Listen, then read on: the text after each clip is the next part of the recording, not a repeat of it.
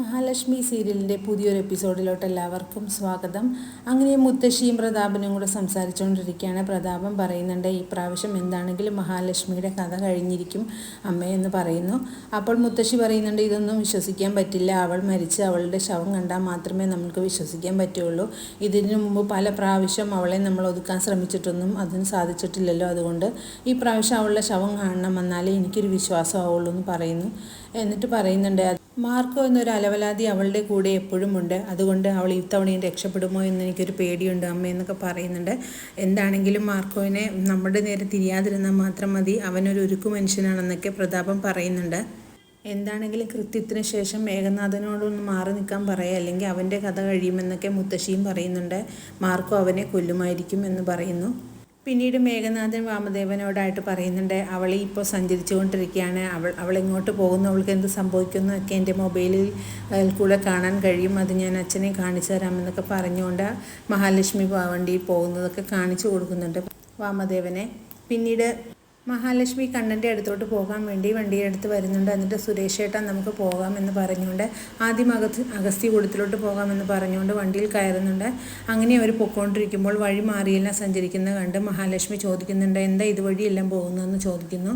അപ്പോൾ അവിടെയെല്ലാം ബ്ലോക്ക് ആയതുകൊണ്ട് എളുപ്പ വഴി പോകാനാണെന്ന് പറഞ്ഞുകൊണ്ട് അതിലേ പോകുന്നു. അങ്ങനെ പോയി അവർ ഒരു കെട്ടിടത്തിൻ്റെ ആളൊഴിഞ്ഞൊരു കെട്ടിടത്തിൻ്റെ മുൻപിലെത്തുന്നു. അപ്പോൾ മഹാലക്ഷ്മി ചോദിക്കുന്നു, എന്താണ് ഇവിടെ കൊണ്ടുവന്നത്, ഇവിടെ ആരുമില്ലാത്ത സ്ഥലത്ത് എന്തിനാണ് എന്നെ കൊണ്ടുവന്നത്, എന്താ നിങ്ങളൊന്നും പറയാത്തതെന്നൊക്കെ മഹാലക്ഷ്മി ചോദിക്കുന്നുണ്ട് സുരേഷിനോട്. അപ്പോൾ അയാൾ ഉടനെ തന്നെ അയാളുടെ ഷർട്ട് ഊരി അയാളുടെ അരയിൽ കെട്ടിവെച്ചിരിക്കുന്ന ബോംബ് കാണിച്ചു കൊടുക്കുന്നുണ്ട്. അതുകൊണ്ട് മഹാലക്ഷ്മി പെട്ടെന്ന് ഞെട്ടിപ്പോകുന്നുണ്ട്.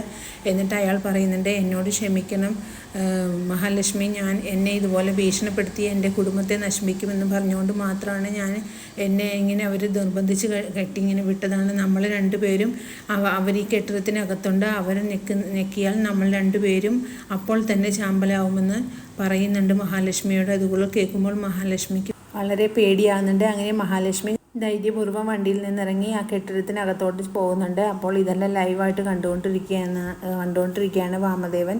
അങ്ങനെ വാമദേവന് സന്തോഷം അടക്കാനായില്ല. അങ്ങനെ മഹാലക്ഷ്മി പേടിച്ച് അകത്തോട്ട് ചെല്ലുമ്പോഴത്തേക്കും അവിടെ മഹാലക്ഷ്മിയെ ഉപദ്രവിക്കാനായിട്ട് 2-3 ഗുണ്ടകൾ അടുത്തോട്ട് വരികയാണ്. അപ്പോഴേക്കും തന്നെ അങ്ങോട്ടേക്ക് മാർക്കോ വരുന്നുണ്ട്. മാർക്കോ അവരെല്ലാം തല്ലിച്ചതച്ചുകൊണ്ട് മഹാലക്ഷ്മിയും കൊണ്ട് അവിടെ നിന്ന് രക്ഷപ്പെടുന്നുണ്ട്.